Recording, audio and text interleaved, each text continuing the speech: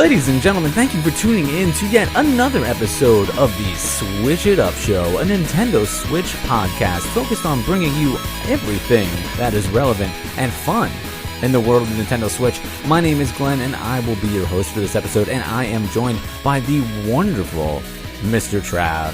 Seth Trav, how are you this evening? I'm doing well, man. You know, I got that itch for the Switch. Oh, man. Up show.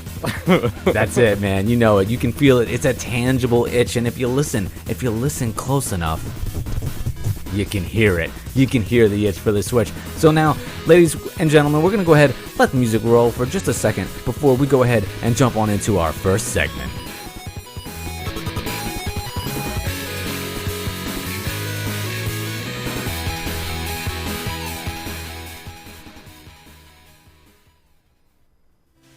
And our first segment this evening is going to be the inventory, and it is a segment where we like to talk about kind of what we're getting into on the Switch, what games we're playing, what's tickling our Switch fancy, if you will. Yeah, I see you like that, Mr. Trap. Why don't you go ahead, let me know what is satisfying your itch for the Switch. My dude, right now I'm playing Dissidia 5 still. You love that game. I do. I really do love that game. I go into these weird phases where I'm like, okay, cool, more bonus content. Okay, cool, more bonus content.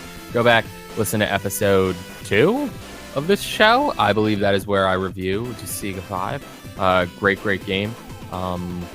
Yeah, I'm still loving it. I love that anime style. I've got an interesting like RPG itch right now. Like I'm looking for a good hardcore like buy items, I need to get a better pair of pants RPG type thing. You know what I mean? Awesome, man. Yeah, no, totally understand. That's a game you can play for literally hundreds of hours. So it kind of speaks to like games like, you know, I don't know, track record, that it's that you're getting that much enjoyment out of it. That's awesome, dude. Mm-hmm. Very, very happy for you. Personally, I am. I've got like both hands wrapped around Mario versus Rabbids battle. I'm really getting more into that. Starting to appreciate the kind of like it's like almost like a real-time strategy game in a way. It also reminds me of like Rainbow Six, how you have to kind of like go in and like plan out your method of attack. Rainbow Six. I did. I went there, man. Not because like, you know, Mario does not walking around with guns or anything like that, but you know, you only have so many moves. You have to manage your resources, and you have to, you know, execute your plan in order to be successful. It's interesting because I don't like that style of game so much, but this one's fun. It kind of keeps me coming back. That's aside from the games that we were reviewing later on. That's really the games that I've been getting into recently. But there's a lot of cool stuff on the horizon that we'll talk about in the press continue section, talk about new releases, because there is a lot to get through. But ladies and gentlemen, as much as I love to talk about what we're playing here on the Switch It Up Show, I want to hear from you. So you can go ahead and reach on out to us over on Twitter at SwitchItUpShow. We would love to kind of continue that dialogue over on the interwebs.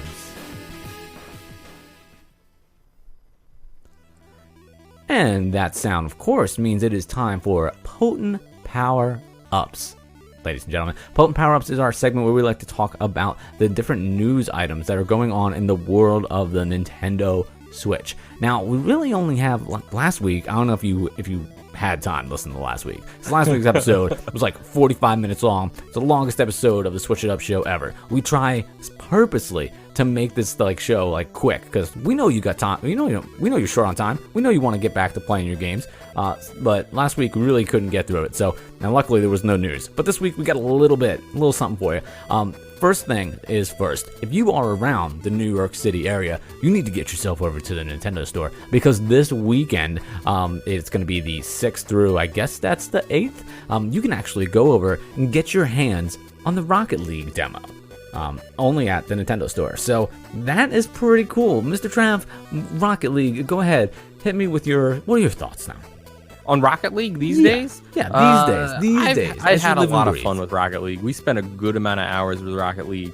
I've got the Back to the Future car. Yeah. On the Switch, I feel like it's a great game because it's, you know, one of those things you can pick up really easily, quickly, if you're interested in doing a little pool soccer, you know, with race cars, something like that. It's a good time. definitely a good time. We got heckled a bit. We were so good the one time. Yeah, we did. The community for Rocket League, like, I mean, that's the same with any video game, I guess, you know? Like, you have, like, the best people that play it and the worst. But sometimes you really only hear from the worst, or you hear the worst people loudest. We've definitely been, like, heckled, like, through PlayStation Messenger when we won. And losers. And when we lost, sour grapes. And we're not that good. Like, so, like, please, like, if we win, like, you know, just be nice. Just be a little bit nice. It's like 80% lock, that game. Yeah, yes it is. Except unless you're like a genius, because some people pull off some crazy stuff. But I'll take a lucky shot. Cool like hall hustler. You know. You think there's any professional hustlers in Rocket League, like throwing down serious money, like high stakes Rocket League? Oh, I hope. I want to watch that. I really hope that's a thing. Oh, dude, we need to find out. We should get on the Ocho. That's it. That's it at the Ocho. Yeah, that's crazy. That's gonna be real. Yeah, is it? Yeah, they're dead serious bringing that out. The ESPN 8 the Ocho with like all types of like weird sports. Like you can watch handball on it, and like it's like all like the different off the wall type sports.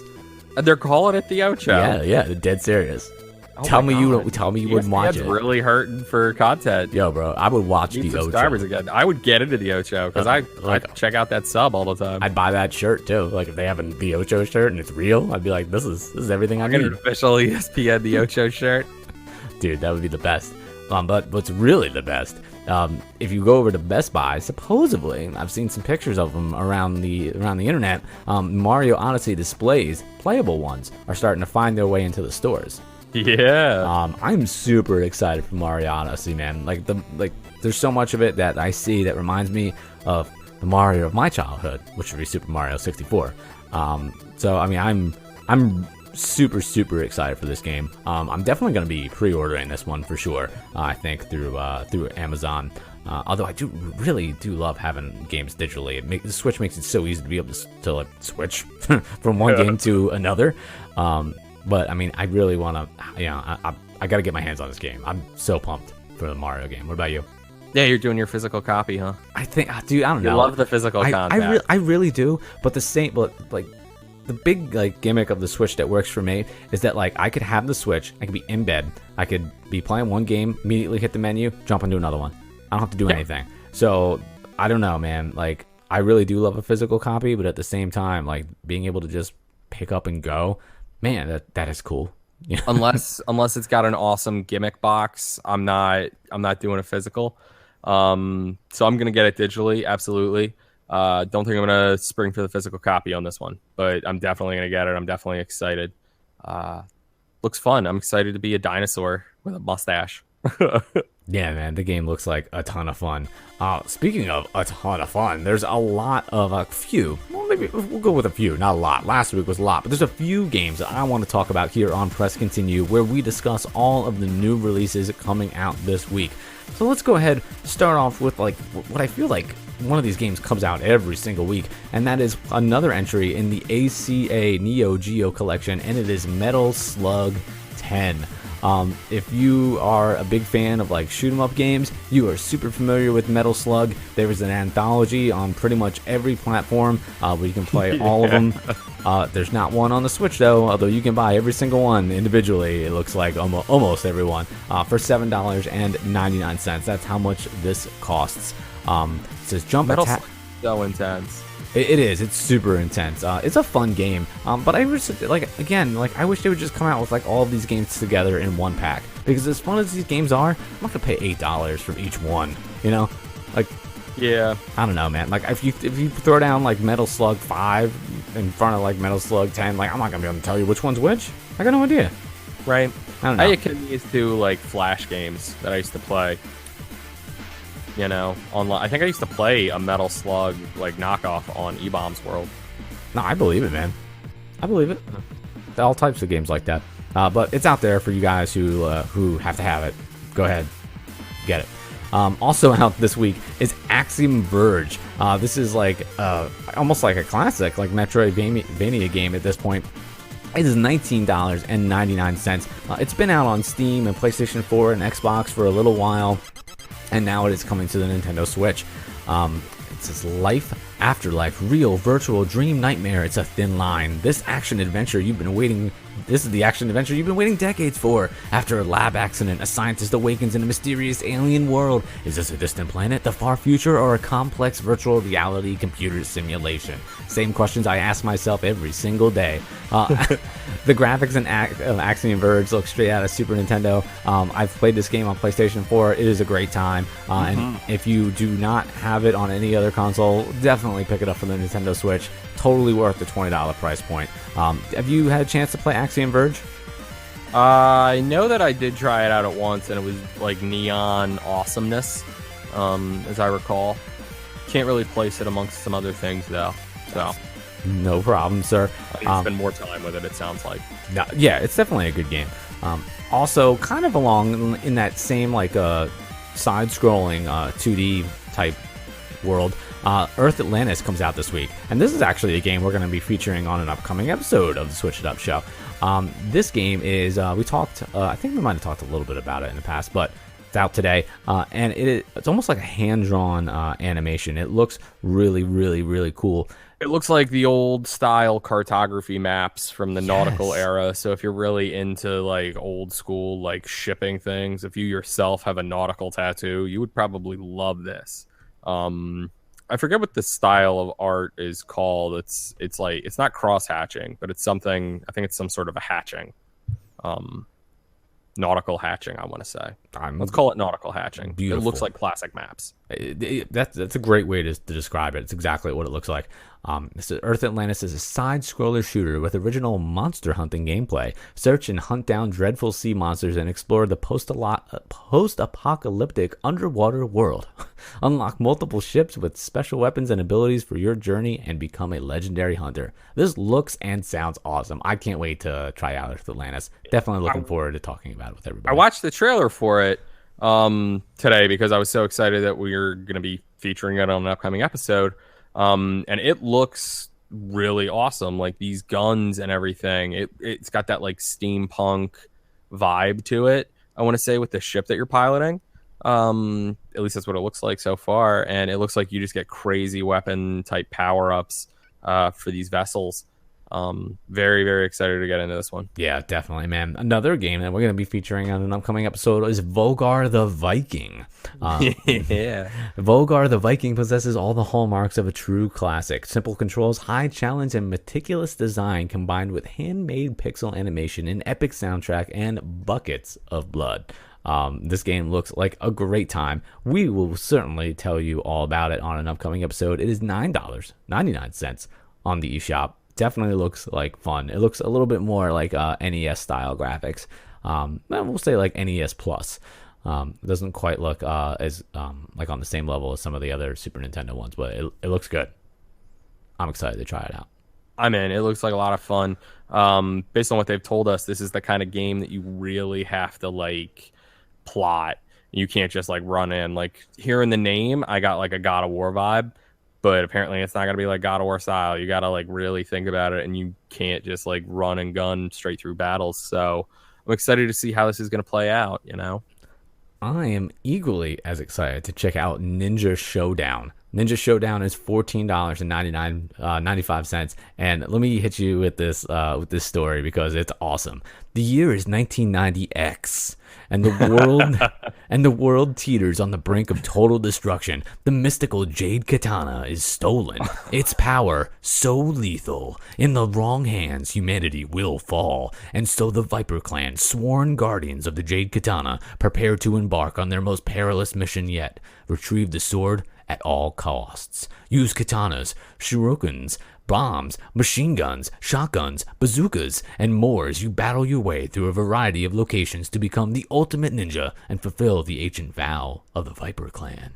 Sounds awesome. I'm super excited. Ninja Showdown, $14.95. Looks great. I'm in. Lord knows I'm in. That sounds like 90s fun right there. Dude, it pretty much looks like Turtles in Time. Oh, everybody's a different color ninja. Ninja stars flying all over the place. It looks great. I can't wait to check that game out. It looks awesome. Two more, if you could believe it or not. Oxenfree looks super cool. Deep story over here. Oxenfree is a supernatural thriller about a group of friends who unwittingly open a ghostly rift. Play as Alex, a bright, rebellious teenager who brings her stepbrother, Jonas, to an overnight party on an old military island. The night takes a terrifying turn when you unwittingly open a ghostly gate spawned from the island's cryptic past. How you deal with these events, your peers, and the ominous creatures you've unleashed is up to you. This sounds cool because there's not too many horror heavy games on the Switch, and this one looks kind of scary. And it is kind of, the graphics look like they're almost like point and click adventure in the vein of Thimbleweed Park, which we'll be talking about in a little bit. Also out this week. Oxenfree is $19.99. It is out on the 6th, which will be tomorrow. Looks like great fun. And then lastly, I feel like we'd save one of the big ones for this week for last, and that's going to be Stardew Valley. Everybody is talking about Stardew Valley, but since in case you just haven't heard about it, I'm going to go ahead and run through the story very quickly. You've inherited your grandfather's old farm plot in Stardew Valley. Armed with the hand-me-down tools and a few coins, you set out to begin your new life. Can you learn to live off the land and turn these overgrown fields into a thriving home? It won't be easy. Ever since Joja Corporation came to town, the old ways of life have all but disappeared. The community center, once the town's most vibrant hub of activity, now lies in shambles. But the valley seems full of opportunity. With a little dedication, you might just be able to restore Stardew Valley to greatness. This looks it looks like a Super Nintendo classic. The graphics look awesome. It looks like you're taking care, like the synopsis says, like you're taking care of a farm, interacting with characters. It looks like a great time. It just looks like a lot of fun. Stardew Valley, $14.99. It is out today, the 5th. So go ahead, play this game. Let me know all about it. We very well might be featuring this on an upcoming episode. Keeping my fingers. We're gonna say. Keeping my fingers crossed on that one. If you're really into Stardew Valley, please let us know. Like a little bit, what you like about it so much. You can reach out to us on Twitter at SwitchITUP Show. These games always kind of seem like they, like taking care of like a farm and stuff like that.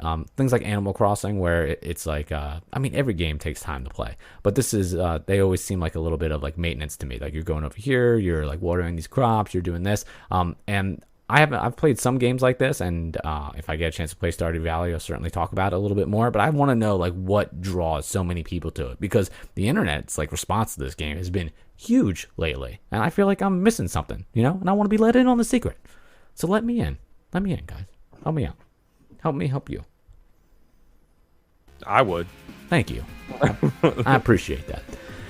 And now we're going to go ahead and move on into the Let's Play segment, where we like to talk about the games that we are reviewing, which are also out in the eShop this week. But I figured, we're talking about them. Let's save it for the main topic of discussion, and that's going to be Tumblestone and Thimbleweed Park. So, Mr. Trav, if it's all right with you, I'd like to go ahead and start off with Tumblestone, if that's okay. Would you? Okay. Yeah, I think so. Yeah, let's do Tumblestone then. Awesome, man. So I'm going to go ahead and read you the synopsis on Tumblestone, which, by the way, special introductory price of $11.99 until October 12th. So for the next week, save yourself a little money, pick this up. Who knows what it's going to go up to after October 12th. So now is the time. Tumblestone is the first original action puzzle game of the past 15 years, is what they say.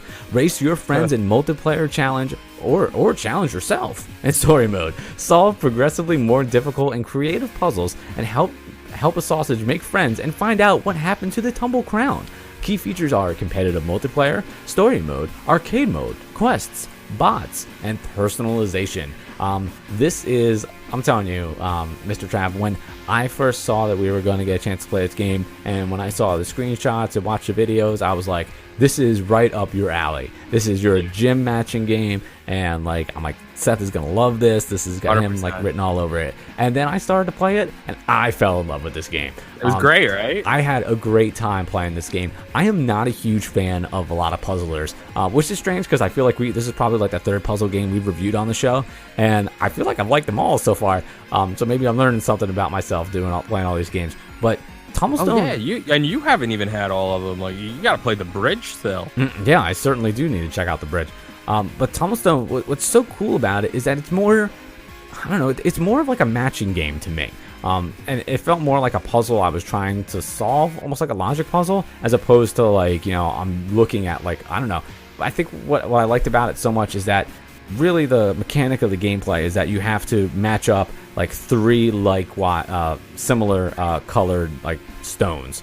You have to choose them like 1, 2, 3, and then they disappear and you go on. And you're trying to clear out all the tumblestones to get the whole grid to be empty. And there's multiple ways that you can do this. But as you start to play and you go on, it gets a little bit more difficult and a little bit more difficult. But like, it scales with you. It's not like they just throw you in there. There are modifiers and stuff that show up later. But I felt like this game was like addicting. Like I wanted to keep playing it. And I don't know, my brain just worked better with this. If you are maybe not super into puzzles, I feel like this might be one that you might gravitate towards because it's not, I don't know, it's not as like intimidating as some of the other games that we might have played. Yeah. They do something that I thought was really neat. Like you said, it's more of sort of a matching game. Yeah. But so the way I look at it, it's like they give you a line of colors and they're all spread out, all that. What you do that's kind of different is like you do have to match them up by 3s, as you typically do with these color matching games. But in this one, it's like you only get that color. You see the next color is coming up, and then you have the rows of colors that are already stable. So you do have to pick and choose, like, okay, and you kind of have to think 4 moves ahead. Like, if I use this one here, then I'm going to be able to use that one there, and then eventually we'll be able to clear the whole thing out. It's one of those puzzle games where it's like, clear all the blocks, and that's how you win. I only really did the story on this one. I loved it, though. I was having a great time. And there were some times where I would do it, and I would be like, damn, I got to go back. I wish there was, like, a quick rewind sort of thing, like pull back that move, like an undo. Yeah. Like, maybe if that could have been, like, a power-up somehow, if I did enough fast enough, that would have been great. But it did have a quick restart feature, which really helped out, because most of these puzzle games, when you have messed up. Go check out our YouTube page, Basic Boy Gaming. That is where I do tons of puzzle games. Very simple stuff. Let us know if you have any suggestions for it at Basic Boy Gaming. There it is. Yeah, man, I had a lot of fun with this one. And it just made it. I felt like this was this is like the people's puzzle game, super accessible. The people's puzzle game, you say? Yeah, some of these puzzle games are hard, man. Like Puyo Tetris. It like that game is difficult for me. Like I don't know. I feel like I find it so interesting. I don't know what it is, man. I feel like there's just a lot going on. And it's never Mean Bean Machine. Yeah, it's another one, man. I'm never good with that. And like even Dr. Mario, like I get the idea of what I need to do. It's just I'm not good at executing it, and I feel the pressure. I don't really feel the pressure in this game as much, which is cool. Like if I didn't notice like a timer when I was playing it. Are you good at Tetris? No, not really. Really? I mean, I can clear the lines, but like I'm not the guy like stacking it up that way I can actually get like the Tetris, the 5 lines in a row. Oh, like, really? Like I can't. My brain doesn't work that way. I see something falling down. I need to pick it up. Oh. I need to clean it. I need to get it taken care of. So like okay. I always lose those games. But this game, I feel like I would have a chance to like going head to head against somebody. I really like Tumblestone. If especially for $11.99, like if you have any casual interest in puzzles, or you need to get this game for sure. Absolutely. Yeah, absolutely. So would you rate it? Man, for a puzzle game, dude, like I really like this. I'm gonna go ahead and I'm gonna give this 4.5. This is really good. Too. This is really good. Absolutely. I like the graphics are good. The theme is cool. I don't know, like I kept trying to think like what it could have done like better. But 5 is like really hard to get for me. So I mean, 4.5 is absolutely awesome. Like I would take it. 4.5, man. Yeah, you'd take a 4.5 from yourself, huh? Yeah. I feel happy with that. I'm good with that. Okay. Yeah, no, I agree. 4.5. I think it's great. Loved it. Had fun with it. It's a little short. Unfortunately, I didn't get to check out the online multiplayer. I don't know what it's like to play against somebody else, which I think could be an awesome time. Mm-hmm. I didn't see if there was like a straight up survival. Yeah. There is heartbeat mode. Yeah. Okay. Didn't get to check that part out yet. Something like that I would like to check out to see about just straight up score stuff. Let me me get more into it. But, right now, so I give it a 4.5 tentatively. Could go up to 5 based on this survival mode. Yeah, and it's got what's cool is you can actually play against a bot too if you want to. And there's all types of different difficulty settings, and they have all these quests, which are kind of like trophies. I was completing quests. I love the quests. Yeah, a lot of cool little nods. I collect, Yeah, man, I had a lot of fun with it. That's a great game, and to be able to get it for cheaper than what it will be all the way up until it's 12, it's a no brainer for me. Pick it up. Yeah, man. And then nextly, that's a word. We're gonna go into Thimbleweed Park. This is a game on kind of the whole opposite side of the Switch world. Welcome to Thimbleweed Park. Population 80 nutcases, a haunted hotel, an abandoned circus, a burnt-out pillow factory, a dead body pixelating under the bridge's toilets that run on vacuum tubes. You've never visited a place like this before. 5 people with nothing in common have been drawn to this rundown, forgotten town. They don't know it yet, but they are all deeply connected, and they're being watched. This game is a throwback to all the point-and-click adventures that you've ever loved. If you grew up playing them, yeah, man. If you grew up playing them, this thing is going to be right up your alley. Were you big into the point-and-click adventure? I was a little bit. I did my Myst. Yeah. You had to play Myst. I did this one Goosebumps game. Something the masked guy. It had to do with a comic book. I can't remember the name of it now though, but I did that one, and I remember when I was younger, I had a really difficult time with it, and then I actually went back and played it again when I was 16, and I finally had beaten it, and I was like, oh my god, yes! Attack of the Masked Mutant, something like that. So I had my fun with them. I was playing Grim Fandango, things like that. Yeah, there you go. Day of the Tentacle, Monkey Island. Yeah, see, so you're in there. Yeah. So yes. So yes, definitely. I guess to answer your question, turns out I am. No, me too, man. Point-and-click adventures. I mean, I played. Of course, you had to play Myst. I played Loom, which was really cool. Oh, Loom! I don't know if you. I've never met anybody who's even know what Loom was. So I really got into. Point-and-clicks are puzzle games. What was that? I like these puzzlers. You know. Yeah, that's true. I really did love first-person puzzlers. I really did love Sam and Max. Did you play Sam? Sam and Max was a fun time. Yeah, Sam and Max was great. And this game, there was a Pink Panther one I did too. Pink Panther one. You remember Pink Panther? Sure. It was a learning adventure type thing, but it was point and click adventure, and I learned that hello and goodbye are opposite in India. They're opposite here too. Well, no, to wave, the hand gesture. Okay. For hello is not the hand gesture in India. Yeah, bro. It's aloha, bro. They're the same but different. You're I learned that hello and goodbye are opposites. I'm yes, you did. Yeah. It was cool. It was a cool time. So this game is actually from the same creators of Monkey Island and Maniac Mansion, 2 really big, popular point-and-click adventures. It is a neo-noir mystery set in 1987, and there are 5 playable characters that can work, that you can play, and they work together. Or you can kind of play them separately. But I like the idea of how you can kind of switch between one and another.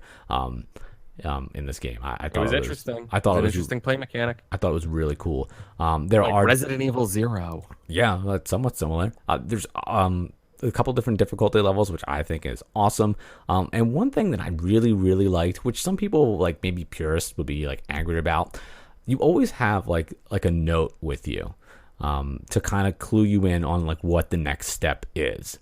Sometimes with the point and click adventure game, it can get super frustrating because you'll have all your choices in this game laid out in front of you, where it's use this item, talk to this person, pull this, push this thing, open, interact, give all those actions. And sometimes in a point and click adventure game, you're walking around and you're but what the heck do I do next? Because it's you're reading a book. But at least when you're reading a book, you turn the page and get to where you're going. But with some of these games, you can kind of just hit a dead spot, and you're well, I don't know what I'm supposed to do next. There's no there's no clear path. It's so linear that unless you know, like, what to do, you might never. Mist, man. You might, yeah. That's exactly Mist. I wish I had this helpline in Mist. Dude, it's so good because then, they don't spell the whole thing out for you, but they give you a general sense of like, okay, I need to go investigate in this area, and I thought that was awesome. Because right in the very beginning of the game, I won't lie to you, right in the first 5 minutes when I'm playing that game, I got stuck, and I was like, oh yeah, yep. Like right in the very beginning, when you walk down the light. Yep. Where you have to I'm gonna spoil the first 5 seconds of the game. You have to damage a light, and I'm walking around and I'm trying to see, and I'm like, I don't see anything. I'm checking out this light. I'm checking out this. I'm trying to walk to the end of the map. I'm trying to go up the path. Behind the gate, can't get there, and I'm like, what the heck is going on? I'm like, what? And I thought to myself, I'm like, this is what makes me angry about these games. And then I looked at the note, and I was like, this is awesome. I'm like, this just removes that whole the whole thing that I feel like that people don't like about these games. Like they give you it's like your own little cheat sheet, but it's not so blatantly obvious that it takes away or ruins it. There are all types of little like quirky little jokes in it. Very meta. Yeah. Sometimes they're super meta. Super meta. They're either gonna hit with you and you're gonna think they're really hilarious, or you're gonna be like, that's not so great. But I had a really good time with it. You're constantly moving all. I mean, it's an interactive story, so if you are into doing a little bit of reading, there is some good amount of voiceover as well. You will probably be into this game. Great amount of voiceover. Yes, yeah, which is awesome because I hate when there's not voiceover in games. They have this really cool feature where if you just tap twice on the Switch screen, it will follow you. Which is great because as you're walking across the map, you don't have to hold the stick or keep tapping. You can kind of just hold and drag your finger around, which I thought was great. It really helped me in terms of just kind of navigating throughout the different levels. The Thimbleweed Park is a good time, and there's really not another game on the Switch that's like it at the moment. This game's $19.99 on the eShop. What was your experience like with this one? I thought it was great. I had an amazing time. I would absolutely give it a 5.